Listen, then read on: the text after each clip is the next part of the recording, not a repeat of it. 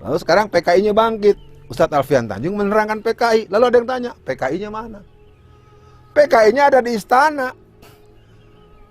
PKI-nya ada di DPR RI. PKI jadi gubernur Jawa Timur yang lalu. Ini kalau Anda belum tahu, sekarang PKI-nya sudah di mana-mana. Makanya ketika terjadi orang yang pernah memimpin Solo jadi gubernur Jakarta, program pertama adalah menghabisi monyet dan menghancurkan 2 masjid besar. Ya.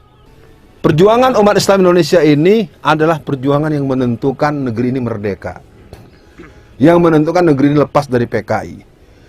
Cuma kita jadi masalah selalu berbuat tanpa mengerti orang lain sudah menyiapkan sesuatu di tikungan.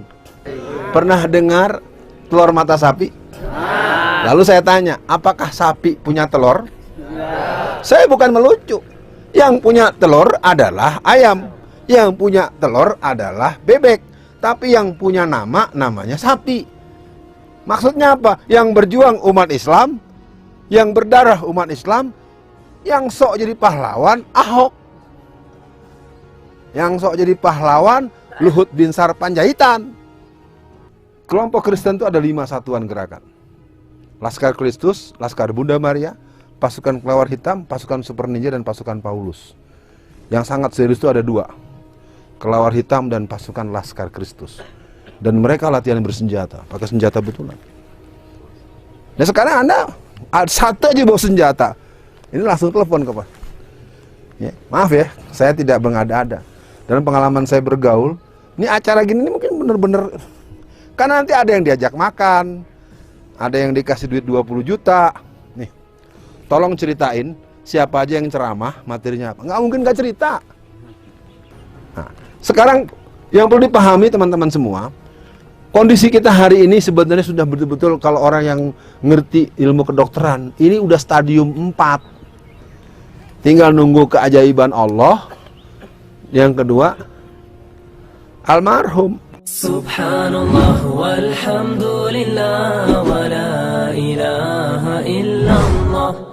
Baik, saya cukupkan sampai di sini. Tahun 60 kekuatan Islam berhenti total. Yang kekuatan bersenjata, kekuatan laskar yang punya kemampuan sudah dihabisi tahun 50-an. Karena tahun 1962 Syahid Kartosuwiro itu ditembak mati. Ya, dan itu pun dibohongi juga tempatnya. Buku terbarunya Fadlizon menceritakan betul di mana Bapak Kartosuwiro itu ditembak mati. Tahun 60 Masyumi dibubarkan. Apa itu Masyumi? Masyumi itu Majelis Syuro Muslimin Indonesia, partai Islam yang didirikan oleh 2 sayap Garuda Islam, namanya NU dan Muhammadiyah. Tanggal berapa? Tanggal 7. Bulan apa? Bulan November. Tahun berapa? Tahun 45. Dibubarkan tahun 60. Atas kemauan siapa? Kemauan PKI. Kalau ini dihancurkan dengan infiltrasi fisik PKI dan kebijakan politik Soekarno, kalau yang ini provokasi politik kepada Soekarno. Akibatnya laskar yang dimiliki habis oleh PKI, laskar parlemennya habis juga oleh PKI. Lalu sekarang PKI-nya bangkit. Ustadz Alfian Tanjung menerangkan PKI. Lalu ada yang tanya, PKI-nya mana? PKI-nya ada di istana. PKI-nya ada di DPR RI. PKI jadi gubernur Jawa Timur yang lalu. Ini kalau Anda belum tahu, sekarang PKI-nya sudah di mana-mana. Makanya ketika terjadi orang yang pernah memimpin Solo jadi gubernur Jakarta, program pertama adalah menghabisi monyet dan menghancurkan 2 masjid besar. Ya, pernah jadi wali kota Anda tuh orang Solo tuh. Masyarakat nggak tahu, dia menghancurkan 2 masjid besar, yang satu di Jakarta Timur, yang satu Masjid Usman Ismail yang di Taman Ismail Marzuki. Jadi watak titisan PKI-nya itu memang nggak bisa dibantah. Tapi gara-gara bilang Pinocchio PKI, Alfian Tanjungnya dituntut 4 tahun penjara, maunya beliau saya divonis 8 tahun. Ya. Ini saya masuk penjara tuh atas permintaan wali kota ente tuh. Canda ya. Gak, jadi bangun dia kalau gitu, nggak bangun dia. Jadi nggak, saya bercanda. Nah sekarang kita masuk bagian ke sana. Jadi yang perlu dipahami teman-teman semua, Perjuangan umat Islam Indonesia ini adalah perjuangan yang menentukan negeri ini merdeka, yang menentukan negeri ini lepas dari PKI. Cuma kita jadi masalah selalu berbuat tanpa mengerti orang lain sudah menyiapkan sesuatu di tikungan. Anda pernah dengar yang namanya telur mata sapi?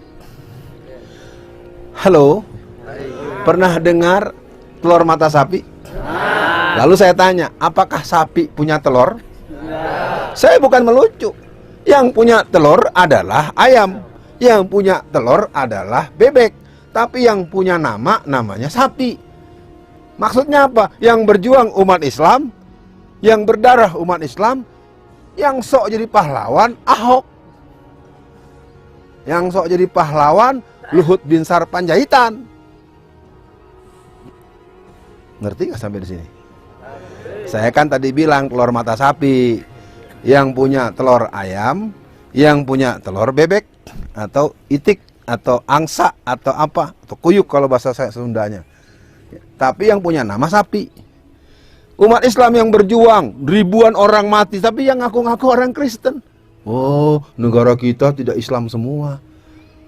Yang disuruh toleransi, kita.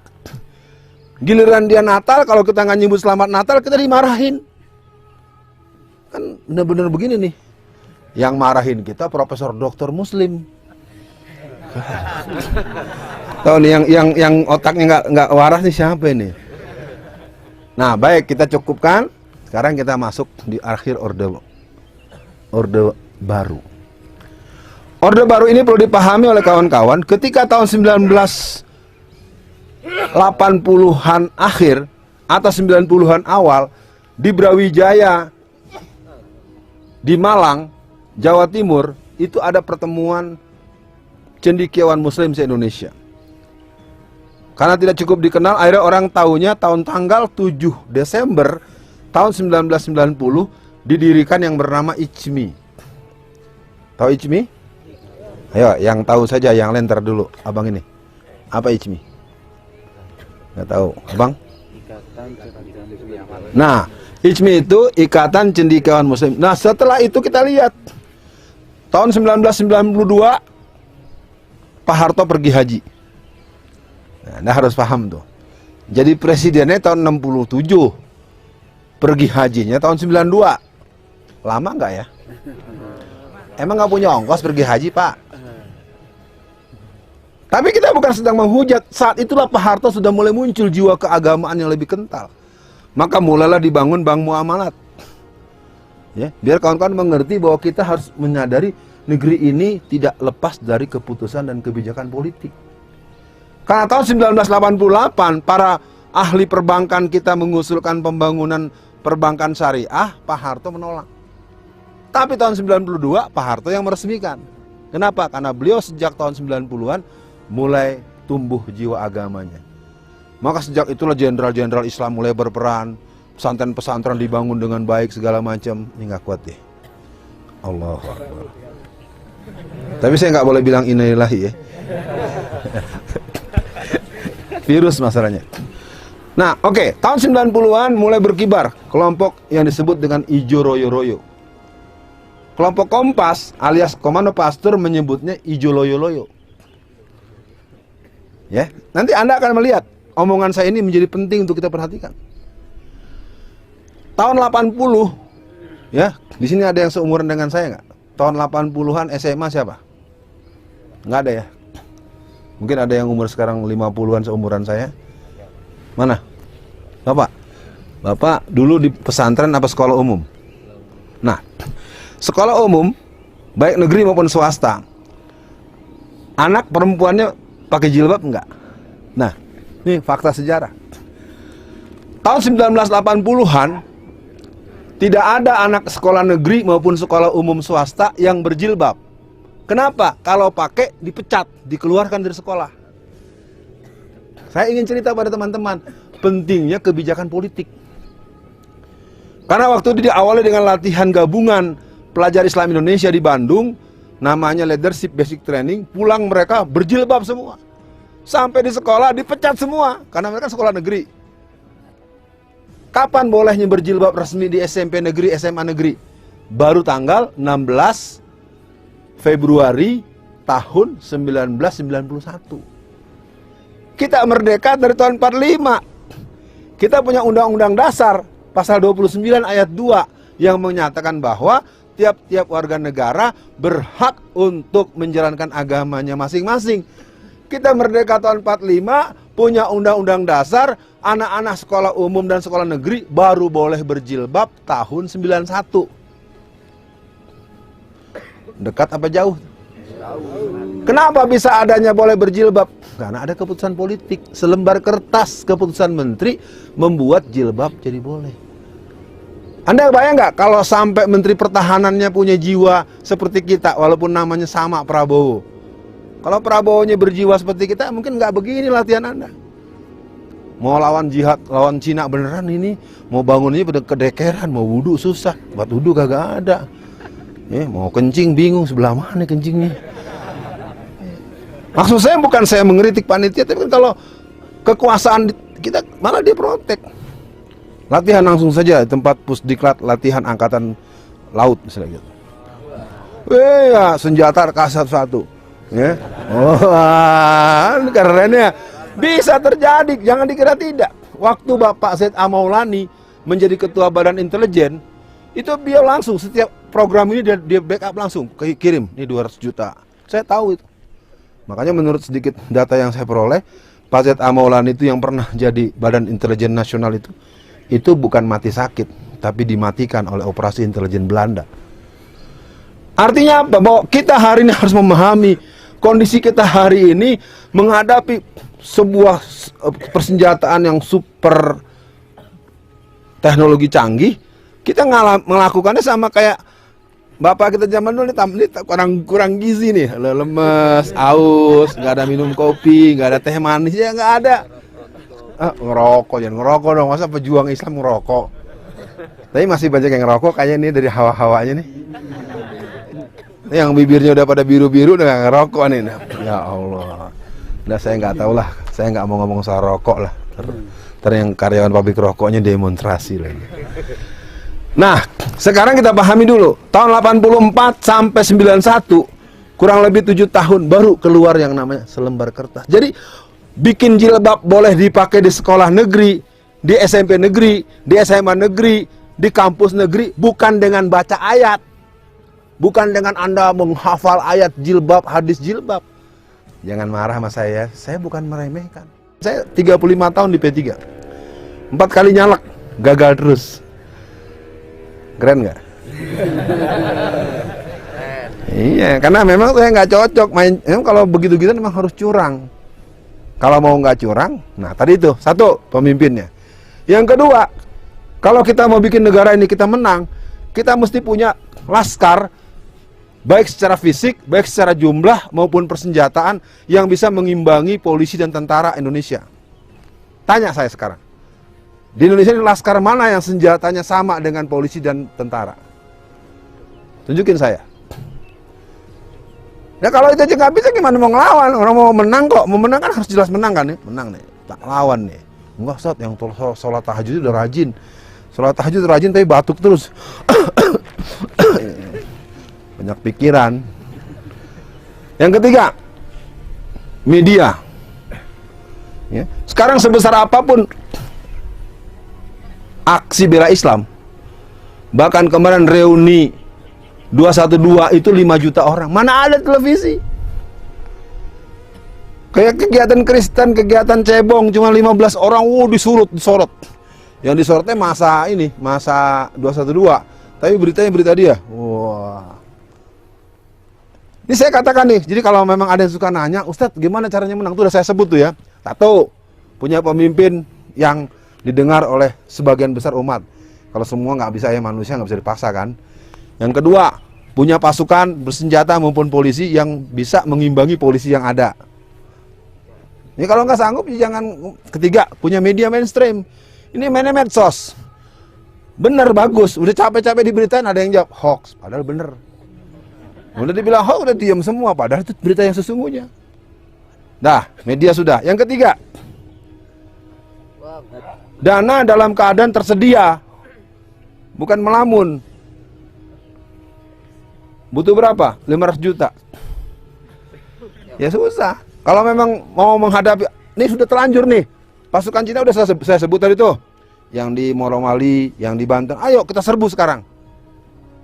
Baru Anda jalan, Anda ditangkap di borgol sama Polsek. Karena Polsek itu kan lebih belain Cina daripada kita. Saya ngalamin. Kan kasus saya di Surabaya itu kan ceramah tentang bahaya penjajahan Cina. Ketuk palunya bebas biar tahu. Apa kata orang-orang Cina kepada polisi? Weh, ndak mau tahu, Ki Alpian halus di penjara tuh. Jadi saya masuk penjara itu bukan karena saya melanggar pasal dan ayat. Karena orang Cina nggak suka saya lepas. Sementara kan Anda baru tahu dari saya sekarang kan. Bukan nyalain Anda, karena kan nggak ada media beritanya.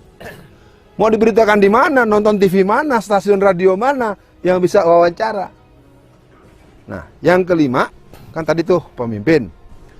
Kedua, apa tadi? Pasukan. Saya konkret aja, biar ada intel juga, biar kalau Anda jadi nggak usah takut ya, bengek-bengek begini susah ngelawannya. Sorry ya bro. Maksudnya ya, sekarang saya tanya nih, satu hari minum susu berapa liter? Saya di penjara ini ketemu dengan tim pembekalan nutrisinya Kopassus. Jangan tanya kasusnya sama, dia 7 bulan pendidikan di Jerman. Ini pasukan itu punya persentase. Minum susu misalnya 5 liter sehari, telur 40 butir. Nah Anda satu butir, yang satu makan, yang satu enggak. Gimana? Udah panitia jangan tersindir ya. Nggak, ini kalau Anda jalankan yang 5 ini kita menang udah. Kan kita udah bilang tadi sholat malamnya dijaga, niatnya dijaga, tilawahnya dijaga. Itu kan udah amalan kita tuh ya. Nah sekarang doanya rajin, sholat malamnya rajin. Baru jalan dikit udah miring-miring. Ya gimana ntar dibentak dikit sama Brigade Yesus. Nah ini sedikit nih biar tahu. Latihan seperti ini sekarang harus disadari. Kelompok Kristen itu ada 5 satuan gerakan. Laskar Kristus, Laskar Bunda Maria, pasukan Kelawar Hitam, pasukan Super Ninja, dan pasukan Paulus. Yang sangat serius itu ada 2. Kelawar Hitam dan pasukan Laskar Kristus. Dan mereka latihan bersenjata, pakai senjata betulan. Nah sekarang Anda satu aja bawa senjata, ini langsung telepon ke Pak. Ya, maaf ya, saya tidak mengada-ada.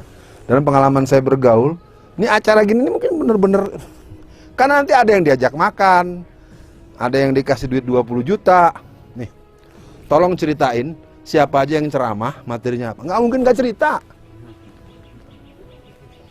Jangankan uang, rumus Melayu, tau Melayu. Melayu itu kita.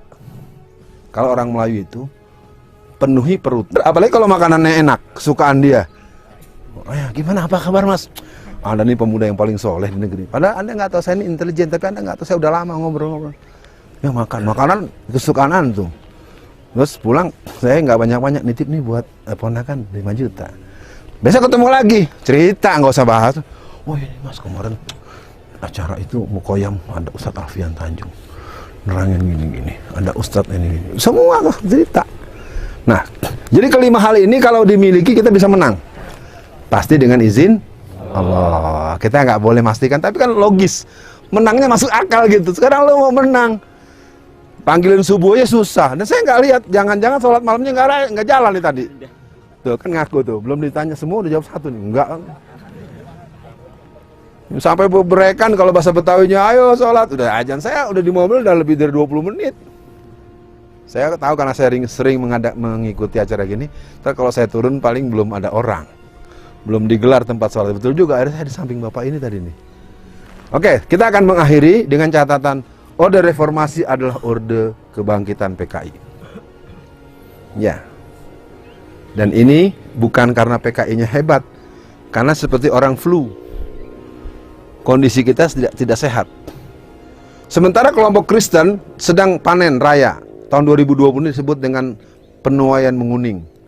Jadi mereka targetkan tahun ini jumlah mereka 200.000 pasukan Kristen bersenjata. Anda lihatlah Brigade Manguni di Sulawesi Utara. Ya, sementara kita tanyakan latihan-latihan seperti ini ada di mana lagi selain di kita? Ada memang, saya tahu, tetapi tidak dalam posisi yang ideal. Pakai tempat ini alasannya apa? Pasti biayanya lebih murah. Coba kalau bisa sewa hanggar yang bagus, tempat latihan, ada matras yang enak latihan. Bisa kok. Tapi mungkin saya nanti bicara lain kesempatan karena saya masih jadi warga baru nih kan ya. Kalau warga baru kan ntar sekiranya saya sok macam-macam. Baik, kita coba tuntaskan. Akhirnya negara ini sedang menunggu. Makanya benteng kita terakhirnya tinggal satu ini, 23 September. Di mana Ustadz bentengnya? Kalau dari 197 kemudian bisa saja kita dapat 30 orang yang memang independen jadi. Nih kita baru punya satu Batam, 2 Lampung Selatan. Terus terang saja saya termasuk di Solo nih, saya lagi coba bagaimana caranya memenangkan yang dicalonkan. Ternyata nggak bisa menang. Pertama, hari-hari tidak dikenal sebagai orang politik. Jadi saya sebut nama ya. Susah untuk menang. Nah, kita kalau mau bikin menang ya harusnya yang didukung oleh tokoh masyarakat dan didukung oleh PKS, PAN. Tapi mau di PKS sama PAN, PDI Perjuangan 22 kursi. Beneran nih, saya buka secara ini matematika politik. Jadi di Solo nggak akan bisa menang kalau tidak dicalonkan lewat PDI Perjuangan. Ini kemarin ketika saya ketemu Pak Purnomo, saya tanyakan mau maju nggak, dia nggak mau jawab. Takut dimarahin sama Babe Istana kan anaknya. Nah, sekarang yang perlu dipahami teman-teman semua, kondisi kita hari ini sebenarnya sudah betul-betul kalau orang yang ngerti ilmu kedokteran, ini udah stadium 4. Tinggal nunggu keajaiban Allah. Yang kedua, almarhum. Almarhum pengertiannya bukan berarti kita dibunuh mati. Kita akan mengalami mati langkah kalau orang main catur terus kakster. Kalau kita udah kakster, ya sudah, boleh punya pesantren yang besar, boleh punya santri yang banyak, tapi nggak bisa jadiin gubernur. Boleh ini, tapi nggak bisa kepala dinas pendidikan. Semua dengan menterinya pendidikan yang kayak begitu, ujian dihapuskan. Belum lagi menteri agama menganjurkan wajib berbahasa Cina. Udah, kalau Anda ikuti negara kita ini udah babak belur. BPJS yang ada aja naiknya mahal, yang bukan anggota dipaksa jadi anggota. Itu resmi loh pernyataan pemerintah. Jadi kita ini negeri ini, kata Bung Karno, ya secara fair kita harus akui, akan ada satu waktu di mana kita akan dijajah oleh orang yang sebenarnya pemerintah kita yang sebenarnya lebih kejam dari penjajah. Jadi apa yang kita alami sekarang ini lebih kejam dari penjajahan Jepang dan Belanda. Ya. Dan orang itu dikenal sebagai orang yang deso. Orang deso pakai baju jas hujan di saat tidak hujan, pakai helm ketika duduk di pinggir sawah pakai helm. Itu presiden Anda itu, bukan presiden saya. Deh, supaya enak nih, saya telanjur diminta ngomong banyak. Sekarang saya kasih kesempatan 3 orang mau nanya apa, biar saya jawabnya sesuai dengan frekuensi. Kalau saya terus saya bisa cerita macam-macam. Sebelah sana, mungkin Anda boleh berbeda pendapat. Ada satu ya? Ya, sebentar ya, saya minta 3 nih. Yang kedua, jadi Anda boleh berbeda pendapat dengan saya, tapi tidak boleh pakai fisik dan jangan kasar. Ya, silahkan saja argumentasinya. Baru satu. Tuh, giliran bicara nggak ada yang angkat tangan nih. Aduh, lapar sama haus nih. Ya gimana, otaknya nggak jalan, fisiknya nggak jalan, kantongnya nggak jalan. Ya sudah deh, bismillah. Mas.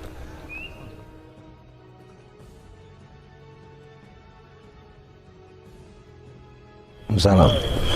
Komunisme adalah ideologi yang sudah tidak laku. Saya harus katakan aslinya saya pada pagi ini dengan segala keterbatasan waktu. Gerakan komunisme hanya untuk membuat instabilitas permanen. Sebetulnya yang mencaplok ini adalah Zionis internasional dan sosialis kapitalis Cina. Keberadaan emas yang di Halmahera itu jauh lebih banyak daripada yang Freeport yang di Irian. Nah, pertanyaan Mas tadi soal apa motivasi mereka tuh hanya untuk balas dendam. Dulu bapakku dibunuh, dulu kakekku dibunuh. Jadi kelompok komunis ini kan ceritanya kalau bahasa Jakarta itu cita-cita yang belum kesampaian. Dia berontak tahun 26. Dan catatan, orang-orang komunis tidak pernah punya cita-cita memerdekakan bangsa ini. Mereka berontak hanya untuk menggabungkan dengan Kominter, khilafah komunis. Ya. Maaf ya, ini saya kasih tanda kutip nih, bukan beneran. Kenapa kita tidak boleh bicara khilafah? Karena kalau kita bicara khilafah, kita akan dengan mudah melakukan penyelesaian kasus-kasus. Kita ngomong khilafah dibilang begitu terus. Sementara mereka bikin khilafah komunis, namanya apa? Kominter, komunisme internasional. Khilafah Katolik namanya apa? Vatikan. Ya, tanda kutip ya, jangan salah paham. Terus Anda komplain lagi, Ustadz, ya bukan, memang bukan khilafah ya, kita punya khilafah bin Hajun Nubuah. Jadi kalau ditanya apa motivasi mereka, kalau bahasa hati, pepatah bilang begini, dalam laut bisa diduga, dalam hati siapa tahu. Kalau bahasa saya, Mas, mana gue tahu. Kalau Anda nanya gitu, tapi secara bacaan analisisnya, komunisme itu memang dibuat untuk ngegerecokin kita. Makanya harus dihabisi sebenarnya. Cuma persoalannya sekarang udah jadi presiden, udah jadi menteri, udah jadi di istana, udah jadi wartawan. Karena di DPR sekarang ini jumlah mereka sudah lewat dari 200 orang. Ini kalau dibahas lagi bisa panjang penjelasan, tapi saya ingin katakan memang PKI sudah tinggal nunggu hari. Apalagi pilkada besok. Kalau pilkada besok, Sumatera Barat yang lagi dihajar nih, yang akan maju ini jenderal polisi aktif. Bayangin, jenderal polisi akan nggak boleh dalam undang-undang itu kan, kalau polisi aktif nggak boleh, tapi maju jadi calon gubernur Sumatera Barat. Karena Sumatera Barat, Aceh itu kan kemarin pilpres kalahnya telak, menangnya hampir 100%, 80 atau 90 berapa. Jadi di tempat-tempat yang kemarin beliau itu kalah, beliau akan bom dengan merebut ke wali kota dan gubernur-gubernur. Nah, tapi sebagai penegasan dari saya, sehebat apapun musuh, sesiap apapun musuh, jangan pernah kita takut karena kita pastinya punya Allah. Itu harus tertanam kuat. Tetapi penguasaan situasi, pemahaman sejarah, pemahaman strategi lawan itu memang harus kita pikirkan. Ya, jadi sederhananya, apa yang mereka mau? Mereka ingin menjadikan negara kita negara komunis Indonesia. Apakah Rusia? Rusia itu 3 kali kudeta, Pak. Maka dalam sebuah buku yang berjudul Bahaya Komunisme, karangan Profesor Dr. Baharudin Lopa, halaman 21, di alinea keempat mengatakan bahwa kegagalan dalam pemberontakan tahun 48 adalah sebuah repetisi. Kekalahan pada tahun 1965 adalah general repetisi, pengulangan. Kita mempersiapkan kudeta yang ketiga. Di semua negara yang kemudian menjadi negara komunis, itu kudetanya 3 kali. Kita selangkah lagi jadi negara komunis. Bisa ditahan nggak ya, Ustaz? Menurut Anda semua kira-kira bisa nggak kita batalkan negara komunis ini jadi? Nah, kalau bisa, berarti kita semua setelah hari ini harus terus mendalami, kita berdoa, dan memang harus diselesaikan secara fisik. Ini yang membuat saya kena pasal juga. Nggak bisa, ini harus diselesaikan. Siapa? Tentu tidak dengan suara begini.